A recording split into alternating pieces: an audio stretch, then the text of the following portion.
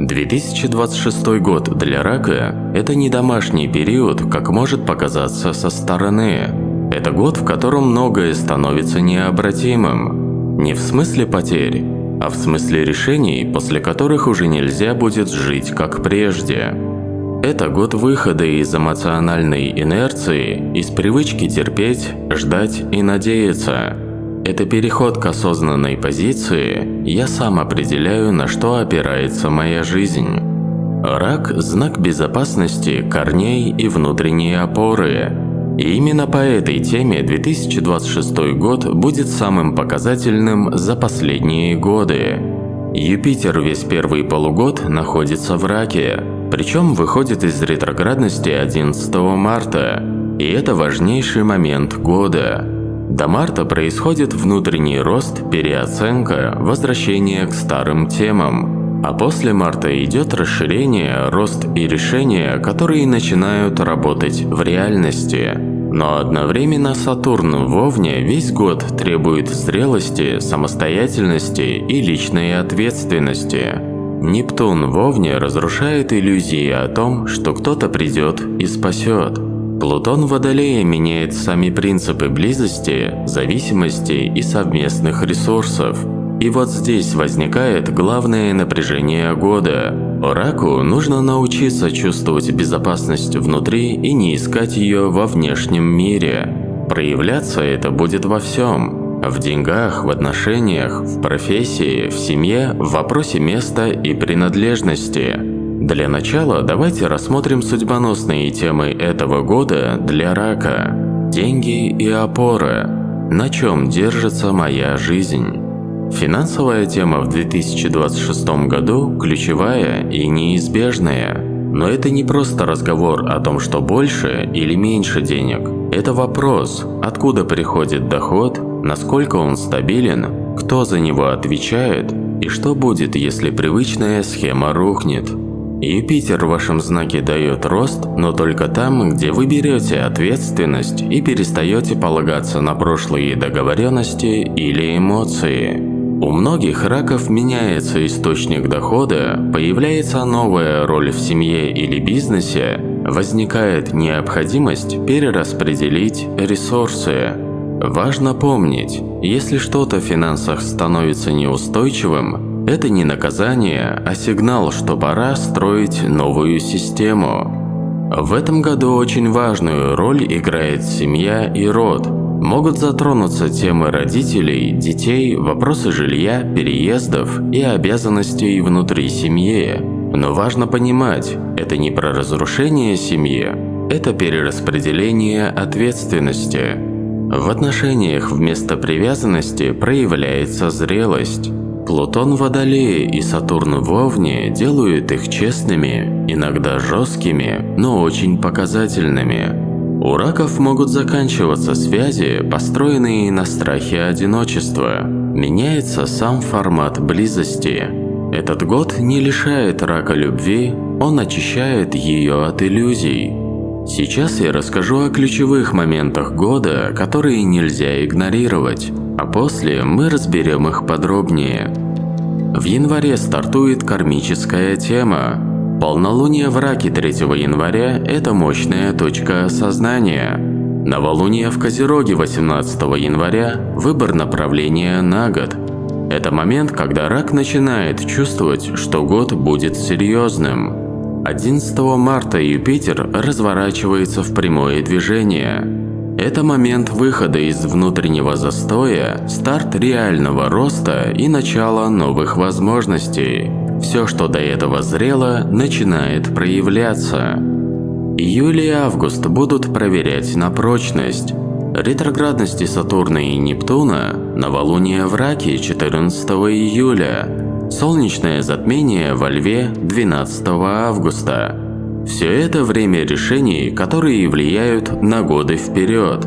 Остаться или уйти, продолжать или завершить, принять ответственность или отказаться. Приближаясь к концу года, ноябрь и декабрь показывают, кем стал Рак, что его держит и на чем стоит его будущее. Основные перемены в этом году происходят больше внутренне, чем внешне.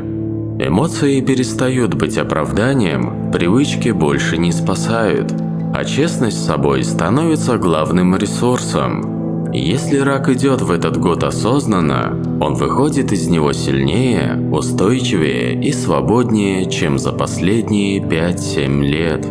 А сейчас давайте подробно разберем каждый месяц.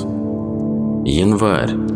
Здесь не будет разогрева или плавного входа. Это месяц, который сразу показывает, о чем на самом деле будет весь год.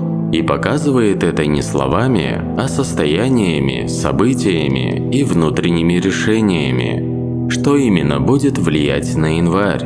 Солнце до 20 января в Козероге, полнолуние 3 января в Раке, новолуние 18 января в Козероге, ретроградный Юпитер в Раке, Марс и Венера в Козероге большую часть месяца.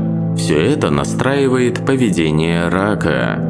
Вы смотрите на себя без привычной защиты, честно отвечаете, на что опираетесь, и понимаете, что дальше по инерции уже идти не получится. 3 января полнолуние в Раке. Это точка эмоциональной правды и одно из самых важных событий года для Рака. Оно поднимает накопленные чувства, усталость, внутренние обиды, тему семьи, дома и близких. У вас появляется ощущение, как мне двигаться дальше и где искать поддержку. Проявления могут быть разными. Резкий разговор, эмоциональный срыв, желание дистанцироваться и защитить себя. Важно понимать, что это полнолуние не разрушает, оно показывает, и все, что всплывает в эти дни, напрямую связано с главной темой 2026 года. Главное, не подавляйте эмоции и не обвиняйте себя. Лучше задайте вопрос, что именно мне мешает двигаться дальше. В первой половине января будет ощущаться давление реальности. Пока Солнце, Венера и Марс идут по Козерогу, жизнь будет требовать ответственности, выполнения обязательств, решения практических вопросов. Для Рака это может ощущаться как холод со стороны других, необходимость быть собранным, когда внутри шторм, давление от работы, начальства и старших. Но именно здесь кроется важный момент. 2026 год учит Рака не убегать в чувства, а выстраивать форму, рамки и опору. Вам придется взять на себя новую роль, официально оформить то, что раньше было на доверии, определить границы, особенно в семье или партнерстве. Новолуние в Козероге 18 января – это точка закладки фундамента. Это не столько про мечты, сколько про цели, планы, ответственность и долгосрочные решения. Вблизи этой даты вы можете четко понять, чего больше не хотите, принять важные решения, которые откладывали, или начать новый этап в карьере и статусе. Это новолуние задает вопрос, какую зрелую версию себя ты выбираешь. Не забывайте о том, что не нужно делать выбор из страха. Выбирайте то, что дает устойчивость. Ретроградный Юпитер в Раке дает внутренний рост до марта. Весь январь Юпитер идет ретроградно по вашему знаку. Это означает, что рост есть, но он пока внутри. Внешние результаты придут позже. А до этого вы можете ощущать сомнения, желание вернуться к прошлым решениям и потребность в поддержке. Но это не откат, это подготовка к рывку, который начнется весной. В январе важно помнить о главном. Не сравнивайте себя ни с кем, не требуйте от себя быстрых результатов. Вкладывайтесь в знания, навыки и планы. К концу января воздух сменится. С 20 по 24 число Солнце, Меркурий, Венера и Марс начинают переходить в Водолей. Энергия становится легче, но и более требовательной к честности. Вам может захотеться свободы и выйти за привычные рамки. Это первые сигналы Плутона в Водолее. Старые зависимости больше не работают. Отношения и деньги требуют обновления формата. Этот месяц дает ясность и становится понятно, где вы теряете силы, где держитесь за прошлое и где начинается новый путь. К вам приходит зрелость, с которой начинается самый сильный рост года. Февраль. Для вас это переход от внутренней сборки к пересмотру курса. Если в январе вы задавали себе вопросы и принимали решения, то в феврале жизнь начинает отвечать. Давайте посмотрим, как будут влиять планеты на февраль. 4 числа Уран разворачивается в прямое движение. Разворот Урана всегда ощущается резко. Для Рака это может проявиться как неожиданная новость, резкое изменение планов, предложение, которое ломает привычную схему. Приходит внутреннее осознание, как двигаться дальше. Не забывайте, если резко что-то меняется, не держитесь за старое. Уран убирает то, что больше не работает на будущее. 14 февраля Сатурн переходит в Овен, и это один из ключевых транзитов года. Он требует личной инициативы, самостоятельных решений и отказа от позиции жертвы. Это означает, что вам нельзя ждать, когда все само решится. Важно действовать, даже если страшно. Ответственность за свою жизнь становится прямой и личной. Возможны ситуации, где необходимо принимать сложные решения, чувствовать давление и осознавать, что дальше откладывать нельзя. Сатурн не ломает, а делает крепче. Новолуние Водолея и солнечное затмение 17 февраля – это судьбоносная точка месяца. Это очень важный момент, поскольку он затрагивает тему будущего и меняет направление развития. Для Рака это может быть смена круга общения, разрыв с устаревшими договоренностями, начало нового проекта. Важно понимать, затмение не всегда дает мгновенный результат. Оно включает процесс, который будет разворачиваться месяцы. Постарайтесь запомнить, чего не стоит делать вблизи затмения. Не цепляйтесь за прошлое, слушайте внутренний голос и не принимайте решения на эмоциях. Во второй половине февраля энергия смягчается, особенно после 18 февраля. Солнце, Меркурий и Венера в Рыбах. Повышается чувствительность и усиливается интуиция. Вы тонко чувствуете настроение людей, нуждаетесь в тишине и восстановлении. Но здесь важно не уходить в иллюзии. Меркурий готовится к ретроградности. Возможно недопонимание, забывчивость и возвращение старых разговоров. Важно помнить, что в этом месяце лучше избегать резких слов. Больше слушайте, наблюдайте и делайте выводы. Ретроградный Юпитер в Раке продолжает настраивать вас внутренне. Он развивает ваш рост и помогает пересматривать ценности. Может появиться желание замедлиться и начать сомневаться в выбранном пути. Но это нормально. Юпитер готовит почву к мартовскому развороту. Февраль – это мост между прошлым и новым этапом жизни. Он учит вас не пугаться перемен, принимать ответственность и доверять интуиции. Ведь далее вас ждет разворот судьбы в марте, где вы увидите первые реальные плоды ваших решений. Март. Если январь и февраль были временем внутренней сборки и корректировки курса, то март – это месяц, когда жизнь начинает двигаться по-настоящему. И именно здесь Рак впервые чувствует: «Я больше не стою на месте». Это месяц, который меняет вектор года, причем не резко, а глубоко, через осознание, решения и реальные шаги. Лунное затмение и полнолуние в Деве 3 марта – это сильная точка прозрения.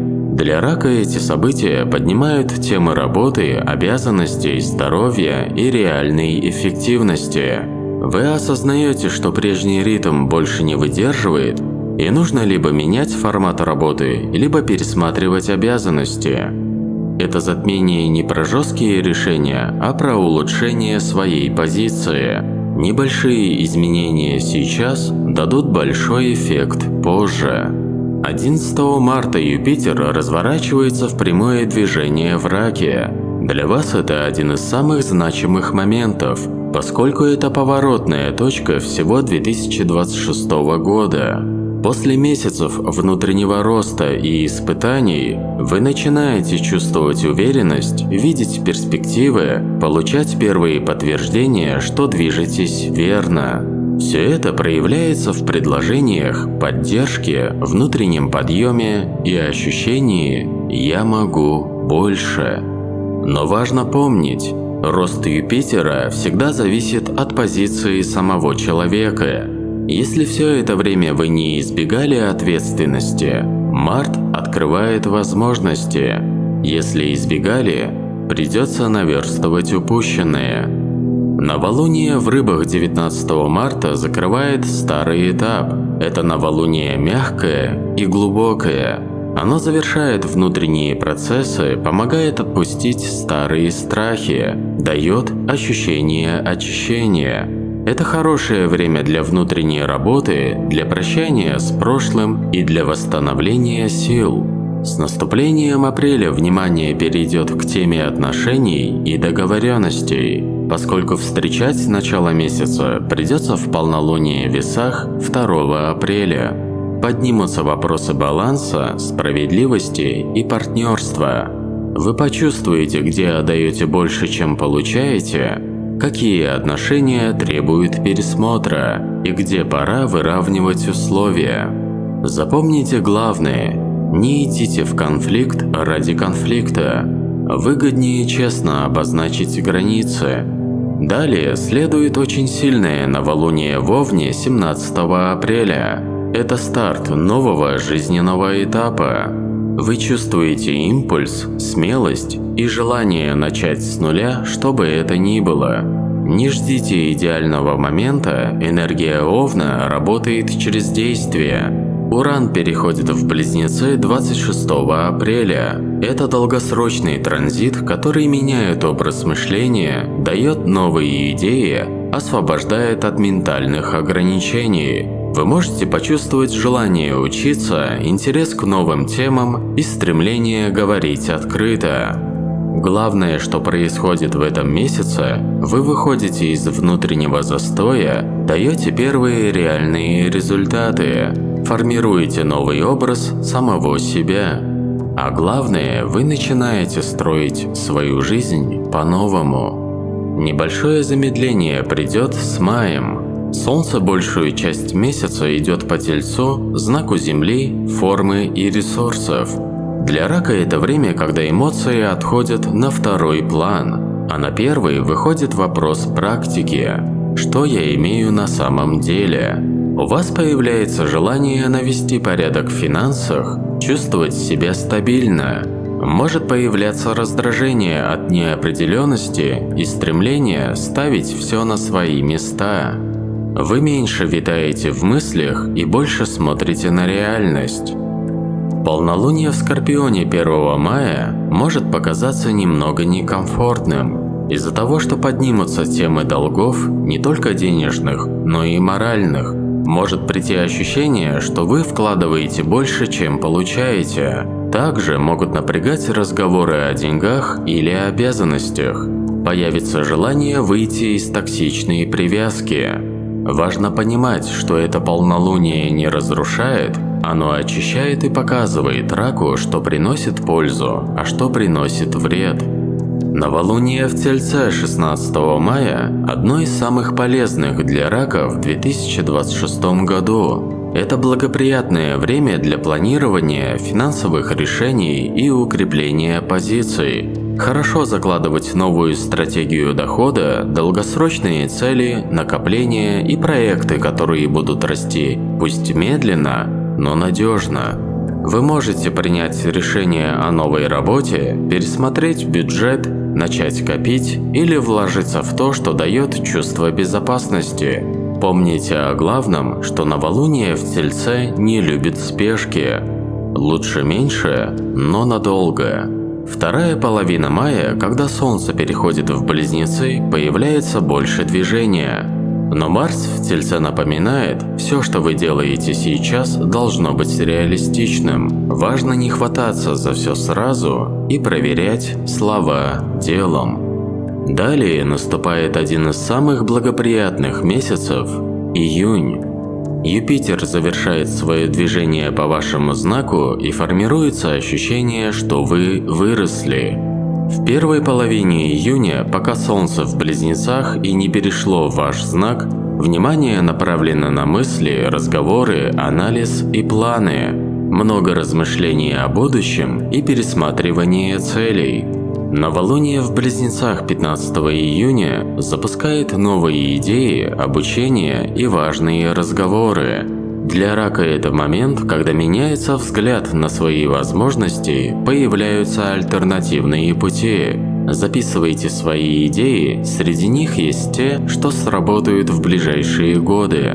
С 21 июня энергия становится более личной. Вы чувствуете усиление интуиции, лучше понимаете себя и видите, как изменились за полгода. Полнолуние в Козероге 30 июня показывает, чего вы реально достигли, что уже достаточно устойчиво и где еще нужно доработать.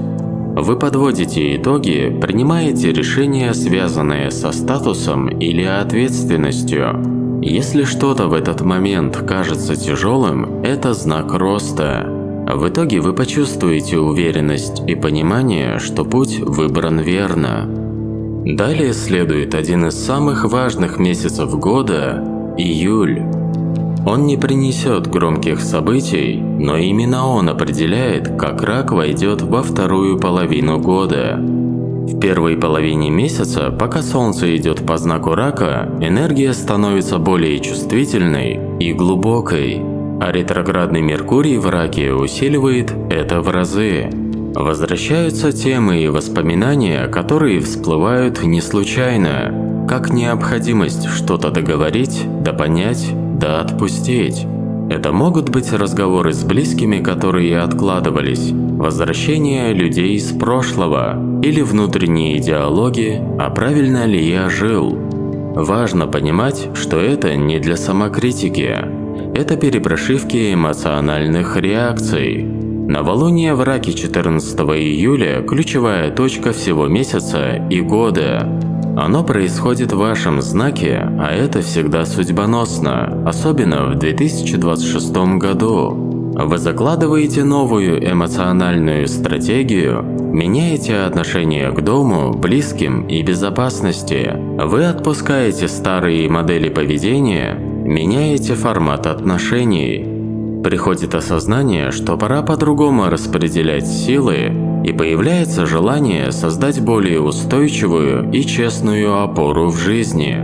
Если вблизи 14 июля появляется четкое внутреннее решение, его стоит уважать, оно не случайно. Во второй половине июля разворот Меркурия меняет фокус.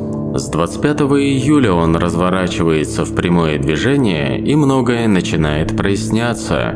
Все, что было неясным, вызывало сомнения и не давало ответа, начинает складываться в понятную картину. А с 23 июля Солнце переходит во Льва, и внимание Рака постепенно смещается от внутреннего к внешнему, от чувств к действиям. Вы становитесь более осознанным и собранным.